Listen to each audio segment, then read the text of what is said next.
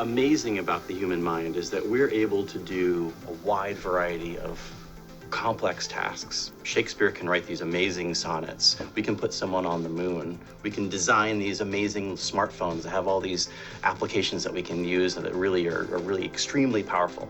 But at the same time, despite all these really amazing powers and abilities, there's a fundamental limitation in the human mind, and that is we can only represent a small amount of information from our environment at any given point.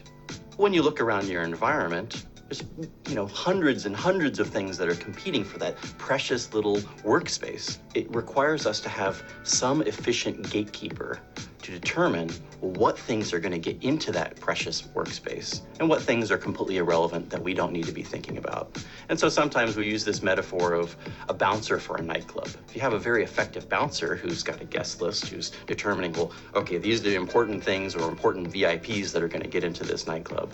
Well, now you can take a small amount of space and be very effective, be very efficient at being able to control the flow of people in the metaphor or information in terms of how the mind works. Now, what we and others have sort of learned a lot about working memory, or the differences between high performers and low performers in the last 10 years or so, is that in general, in terms of storage space, everyone has roughly the same amount. And that the primary difference between a high performer or a low performer has to do with the effectiveness of this bouncer. That the high performers, instead of holding lots of information in mind, in many ways, they often hold far less information in mind. They're good at being able to take a complex set of information and hone in on what the most relevant and critical pieces are, as opposed to lower performers who in many ways attempt to bring in more information than they can actually effectively manage at the same time. But the good news is that we really can have some significant impact on being able to have that bouncer really be effective at allowing us to be able to successfully accomplish complex goals in the face of all these distractions.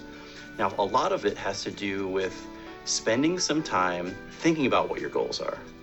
Just simply spending time really taking an internal appraisal to decide, well, what are the real true goals that I want to try to accomplish? By doing that, you're giving clear instructions to the bouncer about what's going to be relevant to be able to satisfy those goals versus things that are completely irrelevant.